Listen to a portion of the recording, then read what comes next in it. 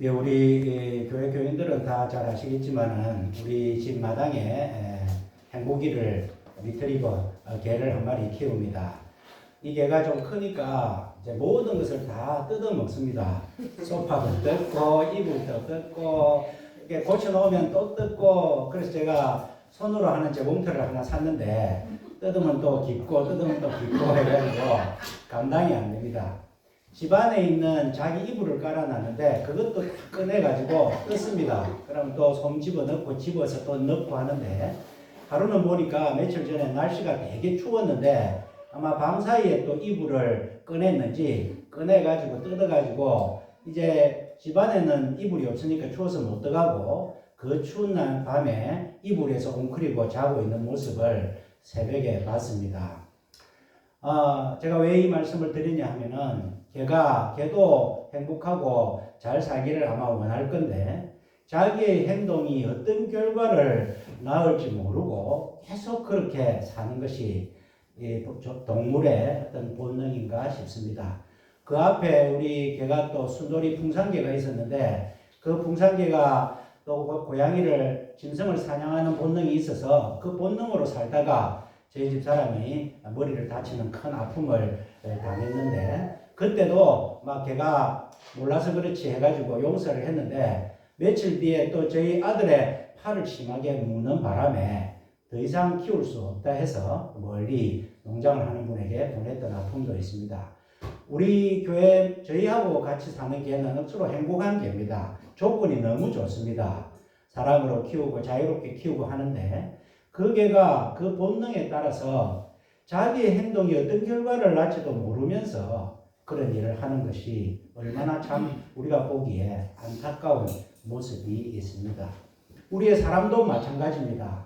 아담과 하와가 하나님께서 에덴 동산에서 최고의 행복한 조건으로 살게 했다면, 그때 하나님과 동행하여서 하나님과 더불어서 행복하게 살면 되는 것인데, 그 마음속에 우리도 하나님 없이 한번 살아봐야 되겠다 하는 마음, 우리도 하나님 말고 우리도 선악을 판단하는 주인공이 되고 싶다는 마음, 그 마음 하나 때문에 선악과를 먹음으로 말미암아 어떤 결과가 생기는지도 알지 못하면서 그 일을 범한 결과 인간에게는 죽음이 찾아왔고 인간의 마음 속에는 공허함이 찾아오게 되었습니다.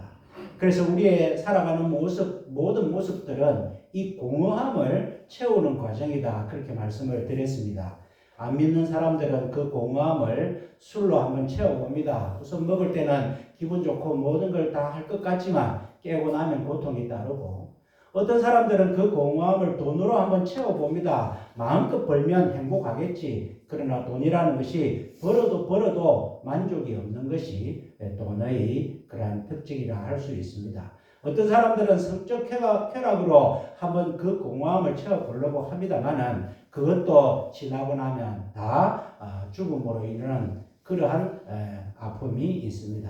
우리가 인생사의 모든 것을 공허함을 채워보려고 하는 그 모든 것들은 다 헛것이다 하는 것을 우리가 말씀을 드렸습니다. 왜냐하면 그 공허함은 하나님을 떠나서 생기는 공허함이기 때문에 그 공허함은 하나님만이 채울 수 있는 그러한 공간이다, 그렇게 말씀을 드렸습니다. 파스칼은 그것을 영적 진공 상태다, 그렇게 표현을 했습니다. 우리의 인간의 마음은 영적 진공 상태, 누구라도 다 공허함이 있다. 그러나 그 공허함을 정말 채울 수 있는 것으로 채워야 우리가 만족하고 행복하고 사는 것처럼 사는데, 세상 사람들은 그것을 알지 못한다 했습니다. 그 공허함을 우리가 무엇으로 채워야 됩니까? 하나님으로 채워야 됩니다. 충만이신 하나님, 만물을 충만케 하는 자의 그 충만으로 채워야 우리는 행복하고 우리는 만족하면서 살 수 있습니다. 어떻게 하면 하나님의 기쁨을 우리 가운데 채울까? 우리가 하나님을 기쁘시게 하면서 살아야 됩니다. 하나님을 영화롭게 하는 것, 영원히 그를 즐거워하는 것이 하나님을 기쁘시게 하는 것이고, 하나님이 기뻐하셔야 우리의 삶도 기쁘고, 하나님이 또 무엇을 가지고 기뻐하시느냐? 우리가 사는 모습을 보고 하나님 안에서 즐겁게 사는 모습을 보고 기뻐한다, 그렇게 말씀을 드렸습니다. 그러니까 우리 속에 하나님의 충만함으로 채워야 되는데 그것은 하나님의 기쁨으로 채워야 되고 하나님의 기쁨은 어디에 있느냐? 우리의 기쁨. 우리가 하나님 안에서 하나님께서 그 이름을 기념하기 위하여 특별히 두시려고 택한 그곳에서 하나님 앞에서 하나님 안에서 고아와 가부와 레위인과 나그네와 객과 노비와 모든 식구들이 한자리에 모여서 하나님을 찬양하면서 사는 그 모습을 보시고 하나님께서는 기뻐하시고 그 기쁨이 우리 속에 올 때에 진정한 우리의 삶도 기쁘다 그렇게 말씀을 드렸습니다. 그런 하나님께서 무엇을 제일 중요시 여기느냐? 하나님은 하나님의 이름을 중요시 여긴다. 지난주에 말씀을 드렸습니다. 출애굽기 20장 24절에 무릇 내가 내 이름을 기념하게 하는 곳에 강림하여 내게 복을 주리라. 하나님께서 우리에게 복을 주시고 우리에게 기쁨을 주시기를 원하시는데 제일 중요하게 생각하는 것이 바로 하나님의 이름입니다. 내 이름을 기념하는 곳에 내 이름을 기념하기 위해서 내가 특별히 정한 곳에 그곳에서만 예배를 드려야지 다른 곳에서는 내가 예배를 받지 않겠다. 내가 내 이름을 기념하는 그곳에 내가 강림하여서 꼭 너희에게 복을 주겠다. 이것이 하나님의 우리에게 복 주시기 위한 하나님의 원칙입니다. 하나님의 이름을 중요시 여기셨습니다. 그런데 오늘 보니까 오늘 말씀에 하나님께서 그 이름을 임마누엘이라 말씀해 주시면서 그 임마누엘이 뜻이 하나님이 우리와 함께 계시다 하는 뜻으로 우리에게 주셨다는 것입니다. 구약에 하나님께서는 말씀으로 임하시고 선지자를 통하여서 말씀하셨는데 돌아오라, 함께하겠다, 두려워하지 말라 그런 말씀을 많이 했음에도 불구하고 인생들은 하나님을 사랑하지 못하고 하나님의 말씀에 전적으로 순종하지 못하니까 하나님께서는 이제 내가 가야 되겠다, 내 아들을 보내야 되겠다 그렇게 하셔서 오늘 본문 말씀에 처녀가 잉태하여 아들을 낳게 하겠다는 것입니다. 처녀가 어떻게 아들을 낳을 수 있습니까? 말도 안 되는 사실입니다. 그러나 우리 인생에 말도 안 되는 일이 얼마나 많습니까? 그 말도 안 되는 사실을 우리가 믿음으로 받아들일 때에 우리는 죽음을 극복하고 우리에게 하나님 주시는 영생을 맛보고 처음 하나님께서 아담과 하와를 만드시면서 영원히 행복하게 같이 살 그 계획을 하나님께서는 우리를 통하여서 이루실 것인데 그 말도 안 되는 사실을 말도 안 되는 걸로 치부한 결과 모든 사람들은 죄에 떨어져서 지옥에 떨어져서 고통 가운데 살아갈 수밖에 없는 것이 우리의 삶이다 하는 것입니다. 지난주에 제 모교에 있던 원로 장로님 세 분이 지난주 그 지난주 함께 세상을 떠났다는 소식을 들었습니다. 저한테는 아버지 같은 분들이었는데 세월이 너무 빨리 흘러서 참 옛날 기억이 다 남에도 불구하고 다 98살, 95살 되는 분들이었습니다. 세월이 빨리 흐릅니다. 우리는 누구나 다 부르면 가야 됩니다. 지금 우리가 살아가고 있다 해서 이것이 제대로 진짜의 삶이 아니다 하는 것입니다. 우리는 주님께서 우리에게 주신 영생이 있어야 제대로 사는 것이고 우리가 하나님과 더불어 사는 것인데 하나님께서 그 일을 위하여 아들을 보냈는데 처녀의 몸을 통하여 왜냐하면 남자와 여자 사람의 결합은 죄의 원죄에 연결이 되기 때문에 우리의 죄를 위하여 죽으셔야 되는 그분이 죄는 없으셔야 되기 때문에 하나님께서는 오늘 말도 안 되는 사실 보라 처녀가 잉태하여 아들을 낳는 이 사실을 우리에게 믿음으로 받아들이는 축복을 우리에게 주셨고 그 이름 하나님께서 그렇게 중요하게 여기시는 이름 그 에스겔서에 보면은 너희가 더럽힌 그 이름을 위하여 내가 너희를 위함이 아니고 너희가 열국 가운데 더럽힌 그 이름을 위하여 내가 너희들을 다시 부르고 모으고 고토에서 맑은 물로 너희를 씻어서 새 영과 또 새 마음을 주고 부드러운 마음을 주고 기름으로 유하게 싸매임을 받게 하고 그래서 내가 모든 것 다 할 건데 그것은 너희를 위함이 아니요 너희가 더럽힌 내 이름을 위함이다. 하나님께서는 그렇게 이름을 중요시 여겼는데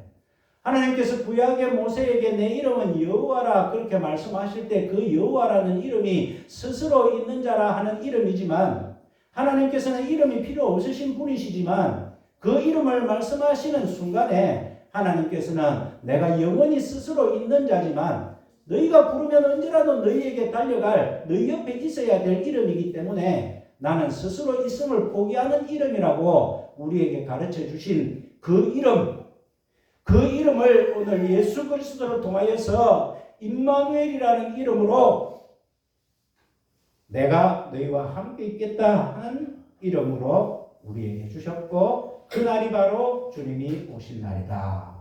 우리가 얼마나 하나님이 주신 우리의 은혜를 우리가 생각할 수 있습니다. 오늘 하나님의 이름이 무엇이냐? 우리와 함께. 이 우리라는 이름이 얼마나 우리에게 힘을 주는지 모릅니다. 어려움이 올 때에 우리 가족이 있다. 우리나라 말에 아주 훌륭한 말이 바로 우리라는 이름입니다.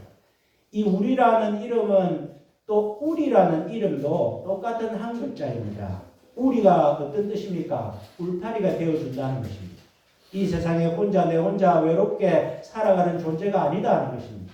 우리가 범죄한 인간이 외롭게 살 수밖에 없지만 하나님께서 예수님께서 임마누엘로 오심으로 말미암아 언제나 우리와 함께하기 때문에 우리의 우리가 되어주시고 우리와 함께하시기 때문에 우리는 이 어려운 세상을 이겨나갈 수 있다 그렇게 말씀을 드릴 수 있습니다.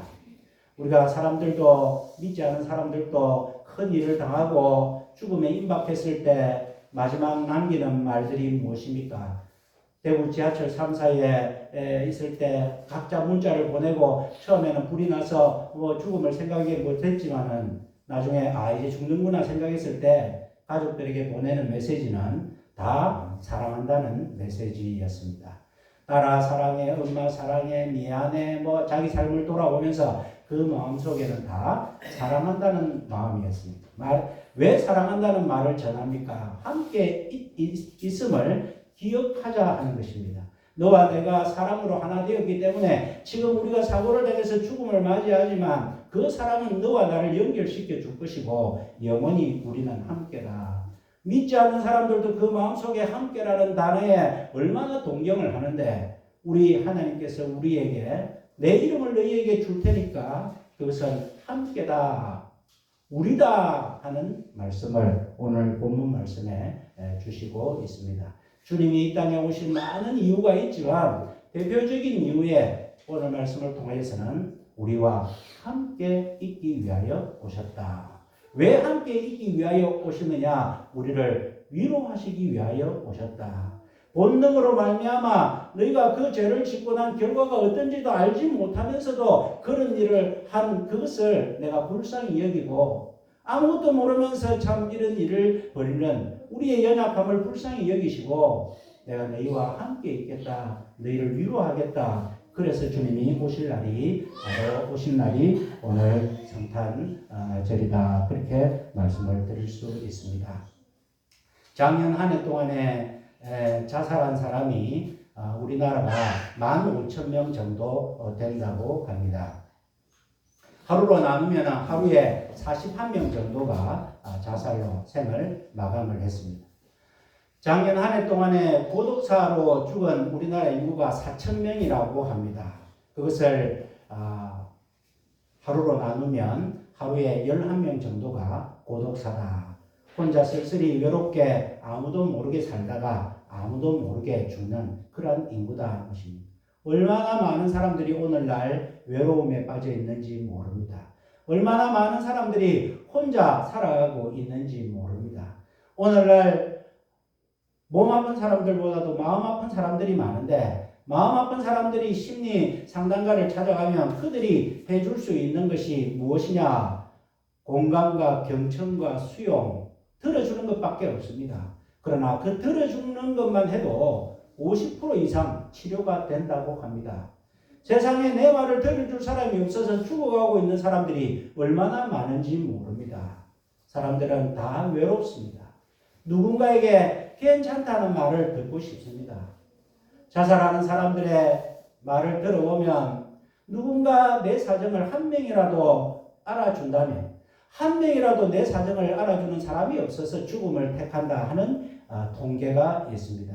이 세상에 사람들은 자기 살기 바쁘고 죄악 가운데 자기의 욕망을 채우기 바쁘다 보니까 이웃을 돌아보지 않고 함께 있는다는 것이, 아파트에서 옆집에 누가 사는지도 모르고 살아가는 것이 오늘의 우리의 현실인데, 주님께서는 우리의 그 아픔을, 우리의 그 외로움을, 우리의 본능적인 그 죄악을 아시고 불쌍히 여기셔서 말씀으로만 하시던 것을 포기하시고 친히 하나님이 사람이 되셔서 우리에게 오시고 우리를 위로하신 그날이 바로 성탄절이라 말씀드릴 수 있습니다. 전에도 한번 말씀드렸지만은 하나님이 왜 인간의 몸을 입고 오셨느냐? 한때 동물농장에 보면 고양이가 이마에 못이 박힌 고양이가 한 마리 있었습니다. 그가 도망다니고 건물의 그 구석에 지하층에 숨어 다니고, 그래서 동물보호단체가 이 고양이의 이마에 못을 빼줘야 되겠다 싶어서 잡으려고 하는데 잡아지지가 않습니다. 여기도 숨고 저기도 올라가고 뛰고 도망가고, 그러니까 사람들이 뭐 어떻게 고양이 민첩함을 따르겠습니까? 그때 사회자가 그걸 안내하는 사람이 그런 이야기를 합니다. 사람이 고양이가 돼서 저 고양이 옆에 가가지고, 야, 저 사람들은 너를 구해주려는 사람이야, 잡으려는 사람이 아니야. 그러니까 가만히 있어, 잡혀줘. 너를 낫게 할 거니까 잡혀줘. 그런 말이라도 고양이한테 해줄 수 있으면 얼마나 좋겠는가. 그런 이야기를 합니다. 인간이, 죄된 인간이 자기 힘으로 구원받지 못하고 이래 볼까 저래 볼까, 어떻게 하면 행복하게 한번 살아볼까, 그렇게 살아가는 모습 가운데 하나님 말고는 채울 수 없는 그 공간을 하나님으로 채워야 되는데, 사람들은 다른 거는 다 해도 후선해도 사주는 봐도 하나님은 찾지 않는다는 것입니다. 그래서 하나님께서는 사람이 되셔서 사람의 모습으로 오셔서 예수 그리스도께서 우리와 똑같이 고난당하시고 핍박받으시고 무시당하시고 외로움당하시고, 그러면서 우리를 향하여 하나님의 그 사랑을 보여주시기 위하여 주님께서는 그렇게 친히 인간의 몸을 입고 우리에게 오셨습니다. 구약에 보면 예수님의 목소리가 나오는 부분이 있습니다. 이사야서 61장에 보면 주 여호와의 신이 내게 임하셨으니 이는 여호와께서 내게 기름을 부어사 가난한 자에게 아름다운 소식을 전하게 하려 하심이라. 나를 보내사 마음이 상한 자를 고치시며 포로된 자에게 자유를, 갇힌 자에게 노임을 전파하며 모든 슬픈 자를 위로하되 희락의 기름으로 그 슬픔을 대신하며 찬송의 옷으로 그 근심을 대신하기 위함이다. 그렇게 구약의 주님의 목소리, 이사야 선지자를 통하여서 주님의 목소리를 우리에게 들려주십니다. 하나님께서 예수님을 이 땅에 보내셔서 무엇 때문에 보내셨느냐? 가난한 자에게 아름다운 소식을 전해주기 위하여.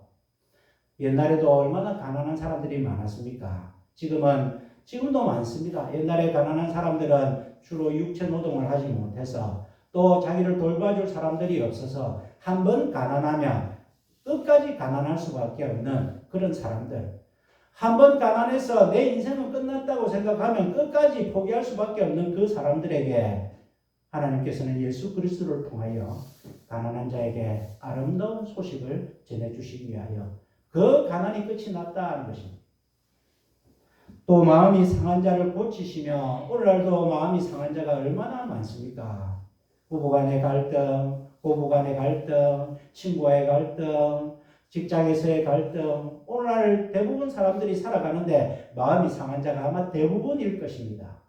심지어 교회 안에서도 마음이 상한 자가 얼마나 많은지 모릅니다. 그 마음이 상한 자를 고치시기 위하여 주님께서 내가 갈 거다, 그렇게 말씀을 하십니다. 또 포로된 자에게 자유를 주시기 위하여, 오늘날 사람들이 자유인이다 하면서 얼마나 자유롭지 못하고 살아가는 사람들이 얼마나 많습니까? 돈의 노예로, 성의 노예로, 여러 가지 관계의 노예로, 페르조나 가면을 쓰면서 그 명예의 노예, 권력의 노예로, 사실은 우리가 참 억지로 살아가는 자유롭지 못한 갇힌 자의 모습이 많이 있는데, 오늘 예수님께서는 그 포로된 자에게 자유를 주겠다는 것입니다. 갇힌 자에게 노임을 전파하겠다는 것입니다. 모든 슬픈 자를 위로하겠다는 것입니다. 우리의 마음속에 아무도 알지 못하는 슬픔이 있습니다. 가족들한테도 말하지 못하는, 자식한테도 말하지 못하는 슬픔이 있습니다. 우리 주님은 우리의 마음을 다 아시고 그 슬픈 자를 위로하시겠다, 그렇게 말씀을 하십니다. 그러시면서 주님은 희락의 기름으로 슬픔을 대신하고 찬송의 옷으로 근심을 대신하게 하겠다. 주님께서 이 땅에 오셨을 때에 예수님께서 하신 말씀이 수고하고 무거운 짐진 자들아 다 내게로 오라, 내가 너희를 쉬게 하리라. 이 땅에 살아가는 사람들 얼마나 수고를 많이 합니까? 얼마나 무거운 짐을 많이 지고 살아가고 있습니까? 원치 않는 그런 의무감에 살아나가는 것이 얼마나 많습니까? 예수님께서는 이 땅에 오셔서, 임마누엘로 오셔서 내가 그거 다 내한테 다 맡기라. 내 짐을 여호와께 맡기라. 맡긴다는 것은 그 위로 던져버리라 하는 의미를 가지고 있다 했습니다. 너희 근심, 걱정, 슬픔, 아픔 내가 갈 테니까. 또 주님이 오셨고 그 오신 주님께 너희가 다 던져서 맡기라. 그래서 너희 짐을 가벼이 해라. 내가 너희를 쉬게 하겠다. 주님께서 이 땅에 오신 이유는 우리를 위로하시고 우리를 쉬게 하시기 위하여 오셨다는 사건입니다. 얼마나 우리가 이 일을 기뻐하지 않을 수가 있습니까? 누가 우리에게 우리의 슬픔을 위로하는 사람이 누가 있습니까? 우리의 갇힘, 우리의 답답함을 위로하는 사람이 누가 있습니까? 오직 우리의 인생은 주님만, 하나님만이 우리를 위로자가 되시고 우리를 채우시고 우리의 공허함을 채우시는 분이다. 그렇게 말씀을 하고 계십니다. 그리고 주님께서 이 땅에 오셨는데 사실은 죽으러 오셨습니다. 세상에 죽으러 온 사람이 누가 있습니까? 그러나 주님은 우리를 살리시기 위하여 죽으러 오신 그 죽음까지도 사랑으로 우리에게 전해 주셨다는 것입니다. 사람이 위로할 수 없는 그 구석, 사람의 인간의 세상으로 채울 수 없는 그 빈 공간을 주님께서는 채워주시는데 주님의 사랑으로 채워주시고 주님의 목숨으로, 주님의 죽으심으로 우리를 채워주시는데 우리가 하나님을 사랑하지 아니할 수가 있겠느냐? 주님의 오실 날을 기뻐하지 아니할 수 있겠느냐 하는 것입니다. 또 주님께서는 마지막으로 승천하시면서 또 함께 하겠다는 약속을 하시면서 가셨습니다. 마태복음 28장 20절에 볼지어다 내가 세상 끝날까지 너희와 항상 함께 있으리라. 주님이 오실 때 임마누엘이라는 이름도 내가 너희와 함께 있기 위하여 오는 것이고 내가 지금 가더라도 세상 끝날까지 너희와 항상 함께 있겠다. 그렇게 성령님으로 우리에게 오셨고 또 이제 주님이 구름 타고 다시 오실 때도 그날까지 오시고 난 다음에 우리를 천국에 부르셔서 하나님의 영광 가운데 함께 살 때도 항상 함께 있게 하기 위하여 주님께서는 오셨다.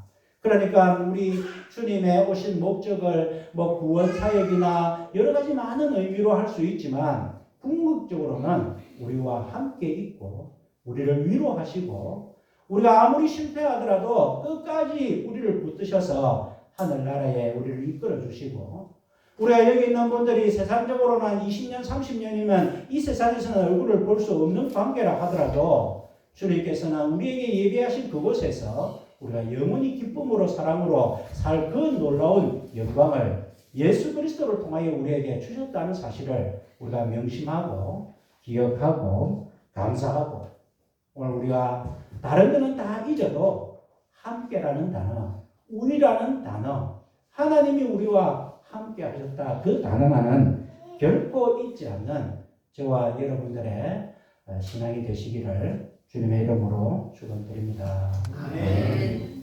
사랑과 은혜 하나님 아버지, 우리가 이 땅에서 살면서 세상에 너무 깊이 빠져서 세상의 것이 우리를 위로하고 우리의 공허함을 채워줄 것이라 착각하며 살아갔던 모습들이 많이 있습니다. 하나님 아버지, 오늘 주님이 오신 날을 기념하면서 주님이 이 땅에 오신 이유는 우리와 함께 있게 하시기 위함임을 깨닫게 해주셔서 감사를 드립니다. 주님이 우리에게 함께 오셔서 모든 슬픈 자를 위로하고 모든 갇힌 자를 놓아주고 모든 상처받은 자를 낫게 하여 주시며 수고하고 무거운 짐을 지고 살아가는 우리들에게 하나님께서 그 짐을 대신해 주시고 주님의 기쁨과 주님의 충만함으로 이 땅에서 감사하며 기뻐하며 살아가는 것이 하나님의 뜻인 줄을 저희들 깨닫게 하여 주시니 감사를 드립니다. 하나님 아버지, 우리 주님이 이것 때문에 오심을 감사드리고 우리가 한 마음으로 주님의 오신 날을 기념하며 감사드리오니 하나님께서 이 감사를 기뻐 받아 주시고 우리의 마음속에도 영원히 하나님의 기쁨이 충만한 우리의 삶들이 되게 하여 주시옵소서. 예수님 이름으로 기도하옵나이다. 아멘.